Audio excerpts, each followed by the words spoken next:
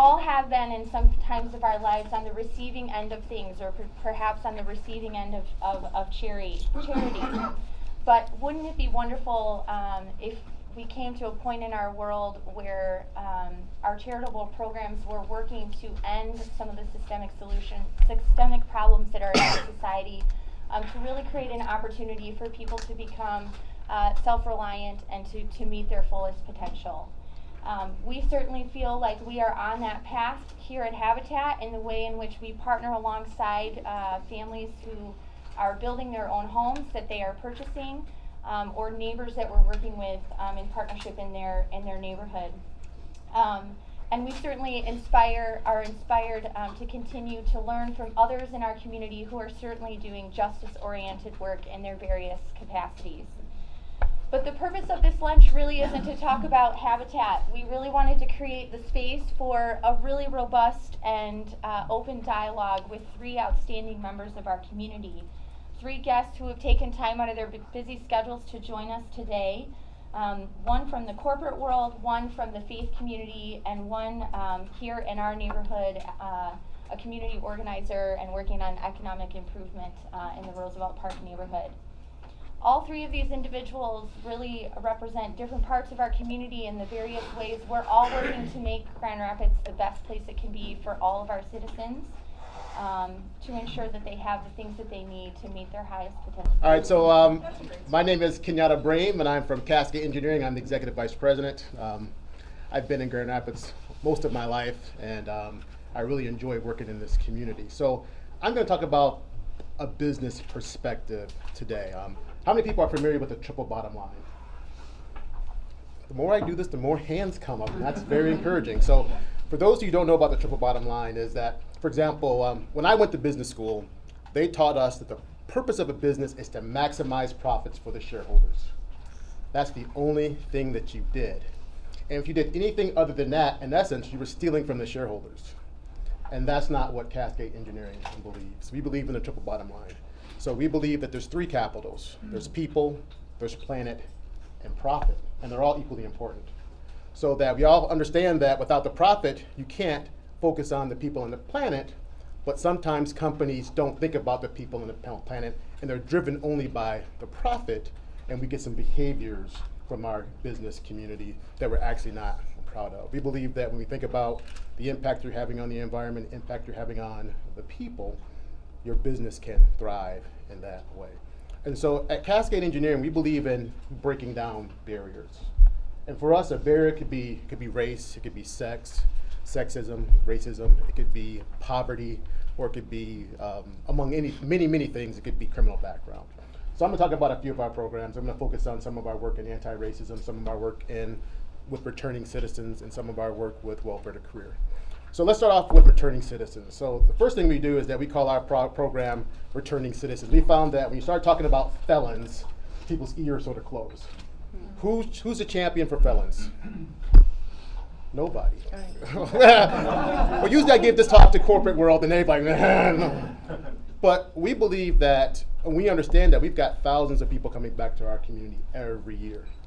And we understand that if we don't give them an opportunity, and we're about providing opportunity to people, if you don't give them that opportunity, the likelihood of them going back to prison is pretty high. Right? And so we've done a couple things at Cascade Engineering. First of all, we have policies that allow, that encourage people with a variety of backgrounds to come and ask for employment for us. So we work with a staffing agency, and they're one of the biggest staffing agencies in town. There's only 2 companies that they work with that actually consider people with criminal backgrounds. Right? We all know, we've all heard that when you fill out that application, you check that box. And some people ask, have you ever been arrested? Have you ever been convicted of a crime or even a misdemeanor, which are technically inappropriate and illegal questions, but people still ask that question. Right? The appropriate question is, have you ever been convicted of a felony? Right? And so what we've done is we've taken that and we've moved it further down in the process.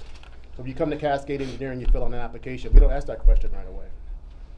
I ask that question later on after I've decided I like you, that you are going to be our candidate.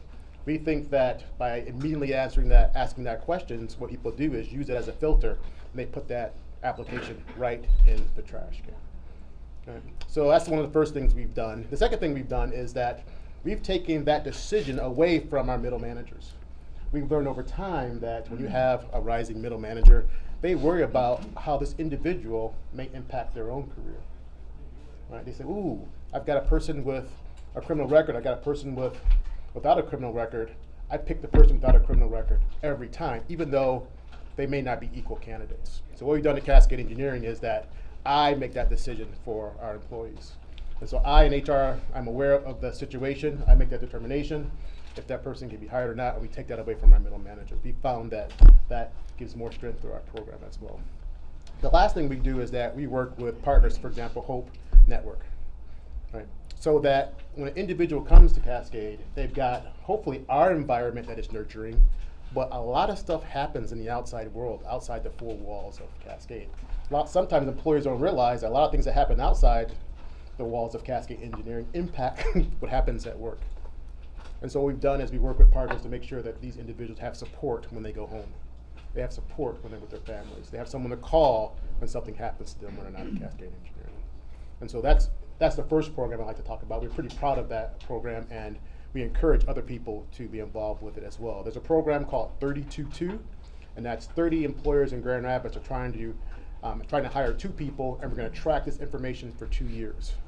Right? Even at Cascade Engineering, we've been doing this for years, but we don't have a lot of data because our belief was once you got to Cascade Engineering, we try to take that felon badge off of you, and we didn't talk about it. So if you had a criminal background, it was up to you whether you told somebody or not.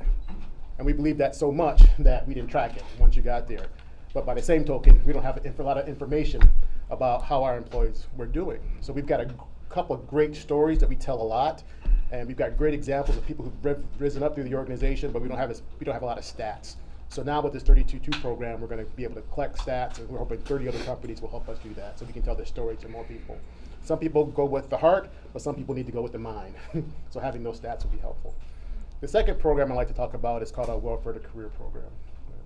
And so another one of the barriers to employment is often in poverty. And so oftentimes people in poverty have a very, very difficult time coming into, for example, a manufacturing environment and being successful. They may not have the tools or the training, and a lot of people believe that if you merely give somebody a job, they can pull themselves out of poverty. It's not that easy. We found that it's more complicated than that. So what we've done is that we partnered with the Department of Human Services, and we actually have a DHS worker that actually works at our facility. Right? So if you're on welfare and you've got a problem or concern, for example, you're not at work that day. The number one reason people get termed is because of absenteeism. And so that individual is not at work that day. The woman from the Department of Human Services, her name is Joyce. She's made this program very successful. She gets an email, she calls Kenyatta and says, hey Kenyatta, what's going on today? There's a lot of questions that she can ask that I can't ask. Right? She can talk about her pregnancy. She can talk about any problem she's having at home. She can help her with transportation. And so we found that by hopefully creating an environment in the workplace that's supportive and inclusive, and then once again, having someone that can partner with her or these individuals outside of the workplace has allowed these individuals to thrive. We now have a 98% retention rate for our welfare to career employees, and that's actually higher than our normal, than our other employees. So once again, we realized that when you partner with somebody, give somebody the opportunity, set clear expectations, and then also provide them resources that these individuals can succeed. That program was so successful that we actually hired another woman, her name is also Joyce, to help people that are at that next level where they're not getting support from the government, but they may be 2 or 3 checks away from being back at that level. And by this other Joyce helping that individual, once again, we're seeing those individuals. We're part of this community, and we as employers need to be helpful. We need to make sure we're reaching out and making sure that everybody can be successful. The last program I'll talk about is our anti-racism work. I've been in Grand Rapids all my life. Race for me is something that's important. I'm an African American man. If I have to be a person where I go to work and I can't talk about issues of race, I'm only bringing part of myself to work, right? I'm not going to give you all my discretionary effort if I think I can't be a complete person. So one of the things we do is at Cascade Engineering is try to create an environment where people can talk about things that are important to them. And race is one of them. Last year when the things were happening in Ferguson and Mark Brown and the death of African American men, people were talking about it. So at Cascade Engineering we got together and say, hey, let's have a conversation. I realized that a lot of people, at work is the only place you have a diverse environment. Some people go home, they don't see people of color or different races or ethnicity in their home. They go to church. We don't see different people of color, ethnicities in our church. But when we're at work, we see our community. That's probably, in most situations, that's where we most see our community. So why not take that advantage and have these conversations? I tell my wife, I spend more time with my coworkers than I do with my wife, right? So I want to be in an environment where I can be my complete self. So for example, we had that conversation and we asked ourselves, could Ferguson happen here? And I see I'm coming up on 10 minutes, so I'm going to stop. We said, can Ferguson happen here? It was interesting in that room that we had some of the room that's saying, you know what? Ferguson can't happen here. We're nothing like Missouri. Other people were saying, you know what? It can happen tonight. Yes. And the purpose of that conversation wasn't to prove anyone right or wrong, but was to increase the understanding of everybody in that room, right? So if you've got one perception and you never have an opportunity to discuss it or be challenged for it, you're never going to grow. I have people come to my office and close the door and say, Kenyatta, I need to ask you something. They've asked me the craziest things, the most ignorant things. It's not ignorant as in mean, but ignorant in the true sense of the word. They didn't know. And they've lived their whole life without an opportunity to have an environment where they can ask this stupid question or this ignorant question, or, I'm using those in a literal sense, and then get a response back. And so we had these great conversations, right? I learned something. In this case, he learned something. We both walked away with a different perspective. And so we believe at Cascade Engineering, if you don't give people this opportunity, the status quo remains. We talk about change. We talk about moving forward. We can't move forward, we can't change unless we have these conversations. And so what we hope is that the conversations that we can have at Cascade Engineering are the conversations we can have as a community. So the conversations we're having about reentry, returning citizens, that people in this community can have that conversation. Those programs can expand. The conversations we're having about poverty. Last week I was actually able to testify at Congress because they were interested in things we're doing at Cascade Engineering. We're innovative in that sense. And so we have those conversations. So the more conversations we can have at Cascade Engineering, we believe that we can expand those conversations and have them throughout Western Michigan. Roberto Torres, Director of the Hispanic Center of Western Michigan. I'm not a native of Grand Rapids. I'm not a native of Michigan. I come from the great state down south. And I come having been in economic and community development. So I've worked in 5 mayoral administrations, and I've done everything from community relations, youth development, neighborhood development, economic development, and youth entrepreneurship. So as I come to Grand Rapids, there's an article that was very revealing to me about the potential of this community. And that was a Detroit Cranes Journal. In November of last year, there was an article that came out and it talked about the growth of the Latino and immigrant community in Western Michigan. And it said the future growth, the future economic growth and sustainability of Western Michigan is going to be on how well it embraces that growing diversity. How well it embraces the growing diversity. When I think about Western Michigan, when I think about Grand Rapids, I always think of 10 cities. And I list these 10 cities, and I say it even when I was in other communities, when I was in Cleveland and Columbus, I always said, what is the potential of our Latino community? And I was reminded that if I'm going to list 10 cities that have a population of 30,000 or more Latinos in the urban core in its city. Cincinnati, Columbus, Cleveland, Dayton, Lorain, Toledo,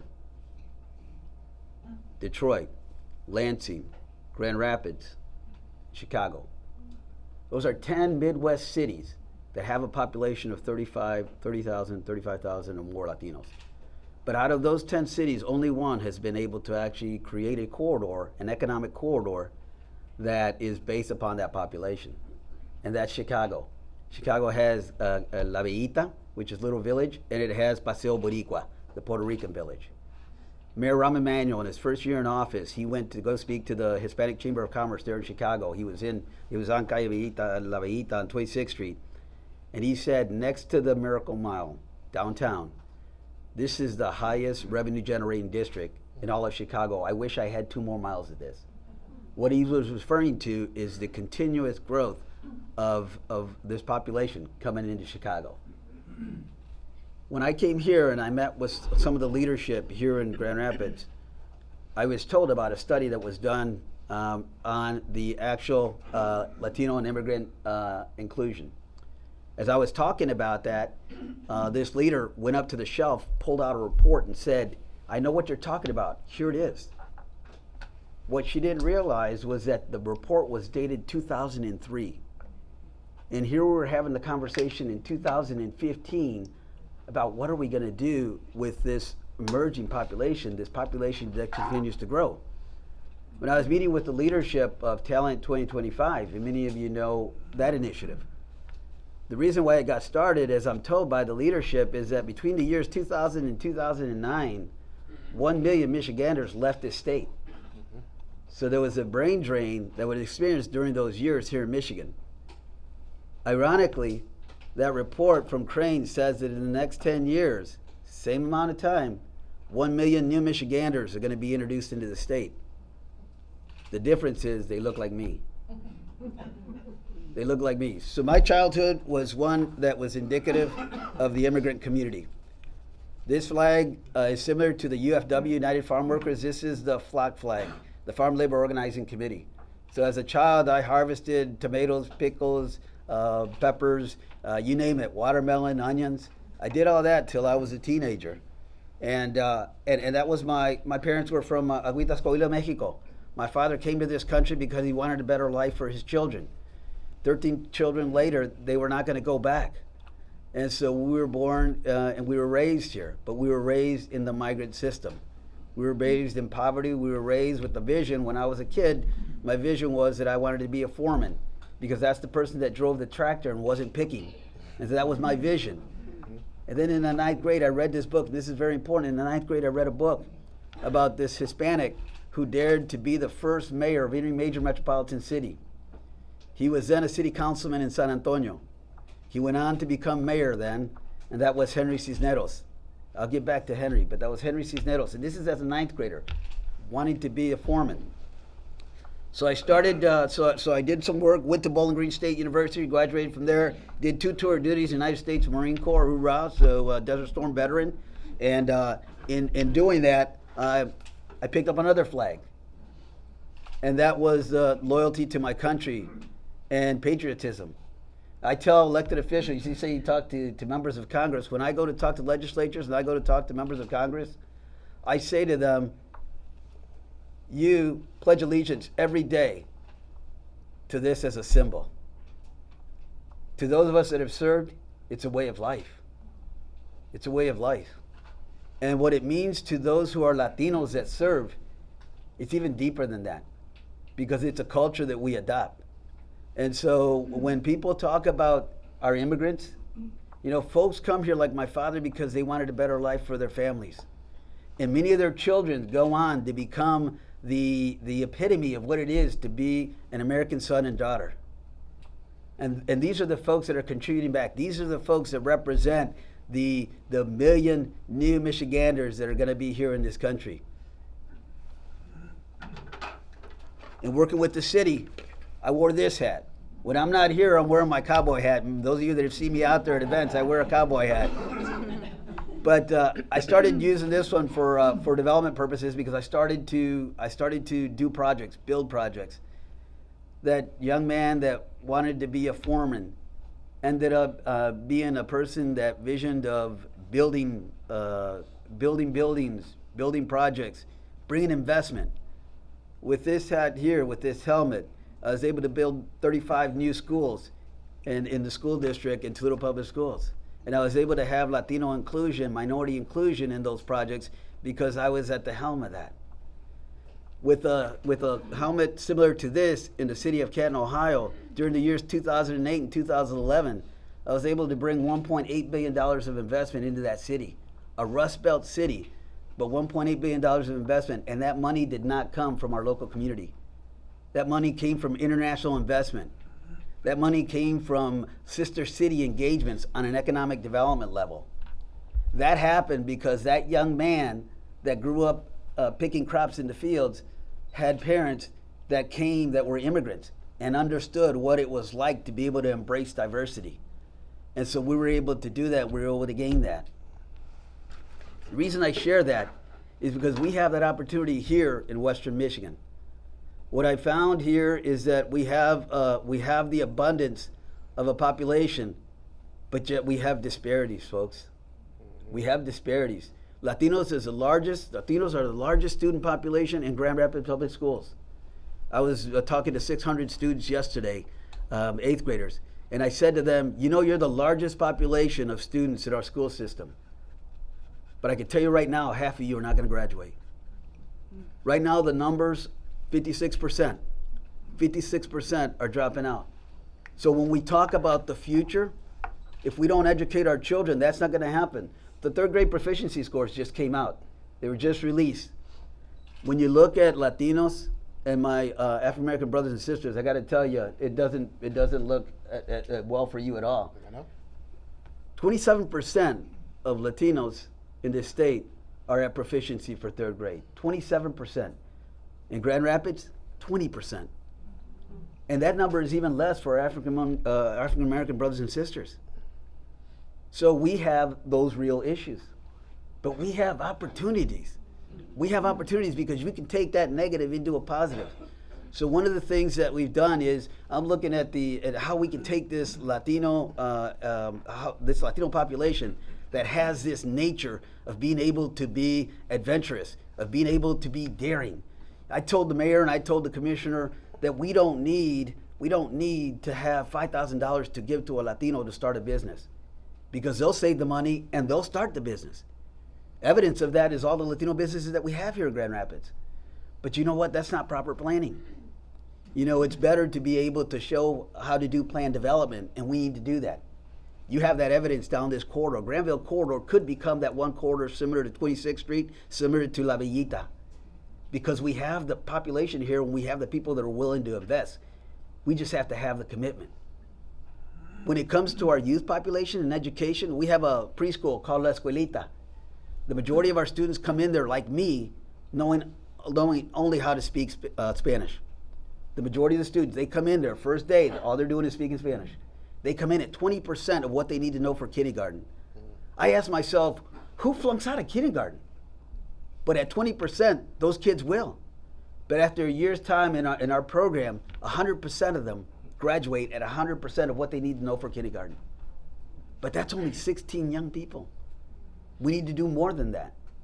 On our high school students, we have a program called SOL, supporting our leaders. And what we do is we provide academic enrichment and wraparound services to not just them, the students, but the parents too. And our students are graduating at 95%. In contrast to the 56%, we're graduating at 95%. Then of those students that graduate that go on to college, 73% of them are attending their 2nd year in college.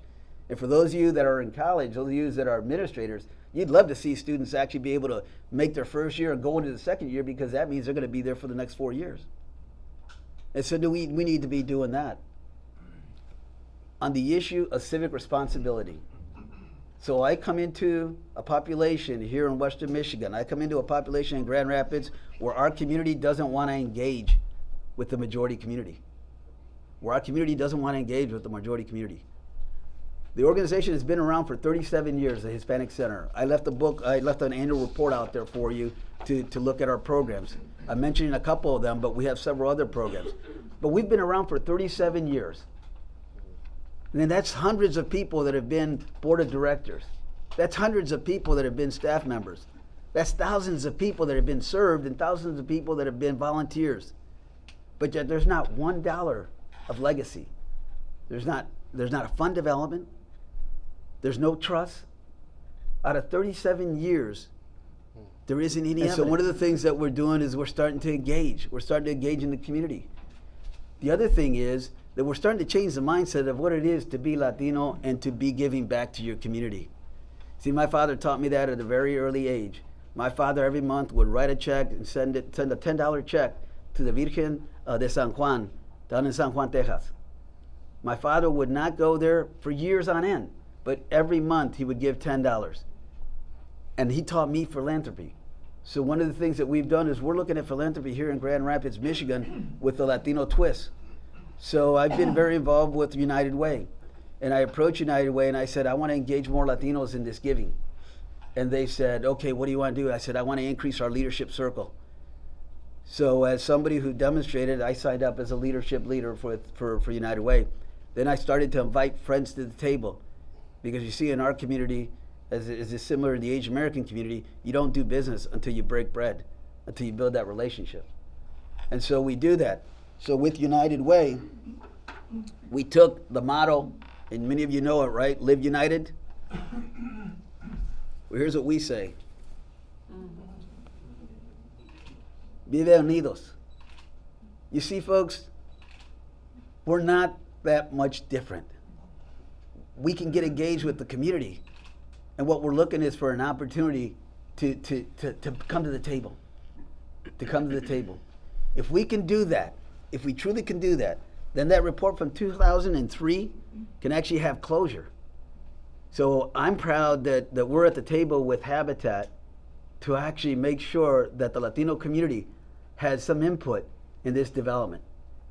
And as I'm having conversations outside of Grand Rapids with developers and investors about helping us to realize that for us here in Grand Rapids, it helps us to be able to have partners like Habitat. It helps us to be able to have partners like Mercy Hospital and other institutions like Cascade Engineering.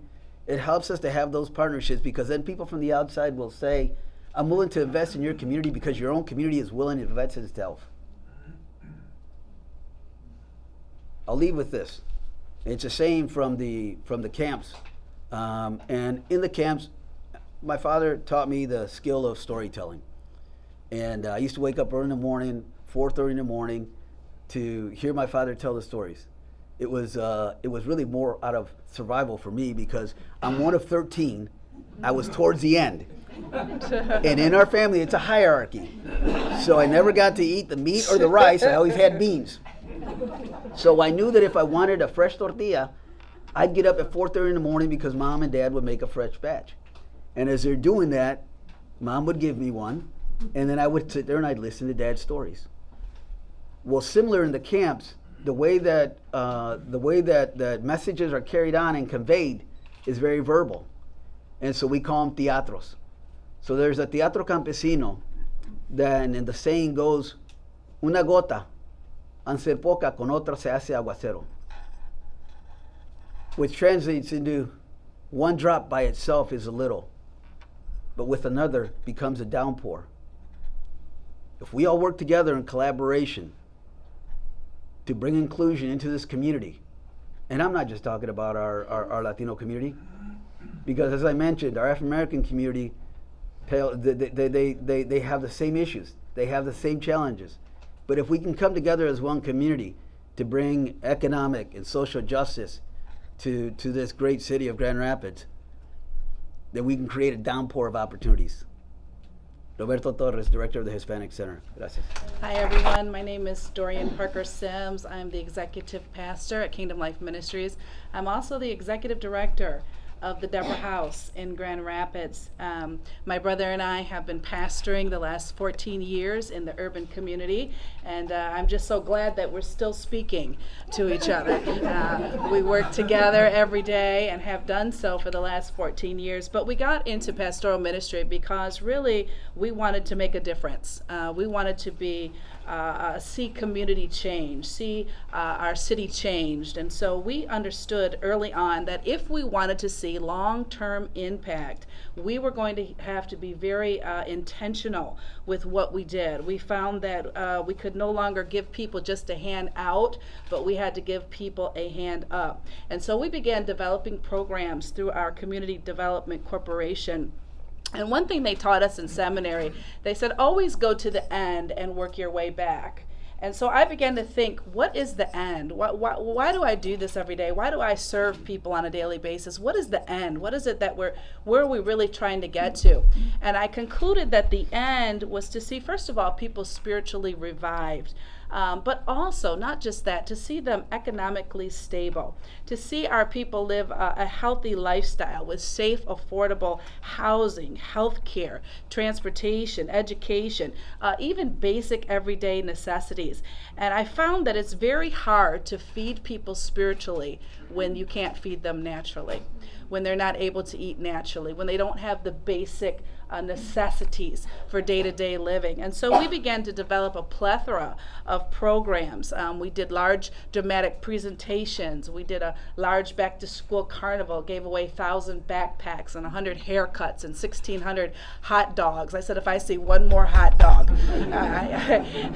But just serving our community and really showing mercy anywhere we could. But I began to ask myself, are we doing enough? Are we really seeing long-term change in community? And so there's just one program I want to share with you in the next couple minutes that we did develop that I believe we're going to see a long-term impact take place in our community. In 2011, I began to really see as a pastor, a great disparity amongst our single-parent families.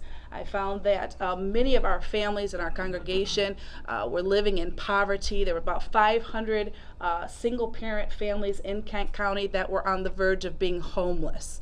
And so I thought to myself, what can we do to bring change?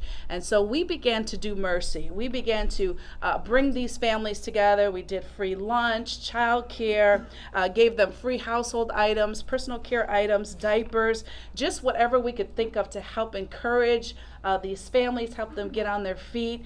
And it began to really change the face of our congregation. We began to have people coming from all over our city.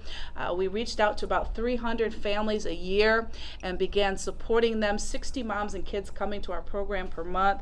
And I got very excited about what I began to see, but I also realized that we need to see long-term change with our families. We need to see families not only be rescued from poverty, but stay out of poverty. And so I began to think, how can we do that?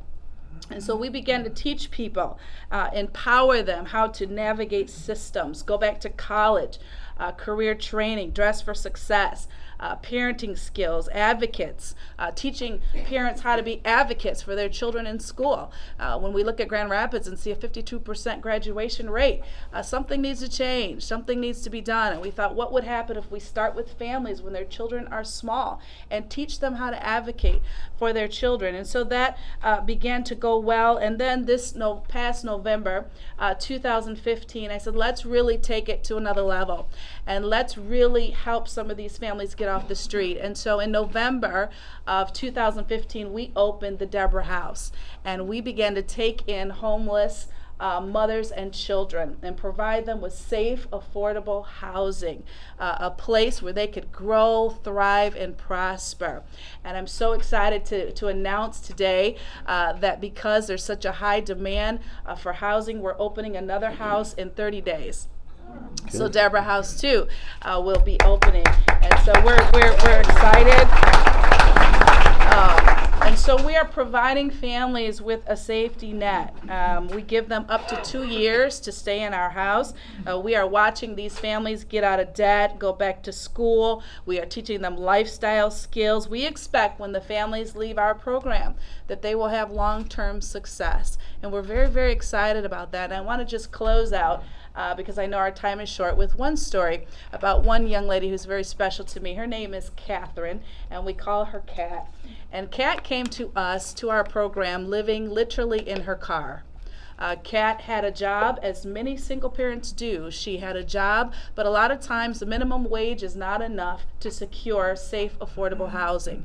Kat came to us living in her car. She had 2 children. Everything she owned was in that vehicle. She was exhausted, she was frustrated, she was depressed, and really on the verge of having a breakdown.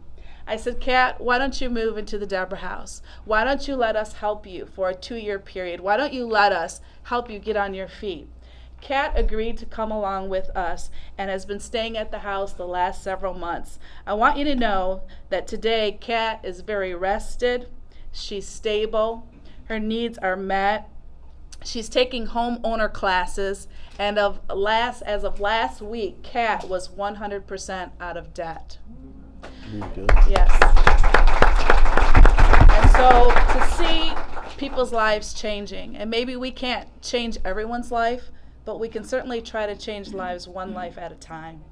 And so Kat will be staying with us. She'll be building wealth. By the time she leaves our house in 2 years, she'll be well on her feet.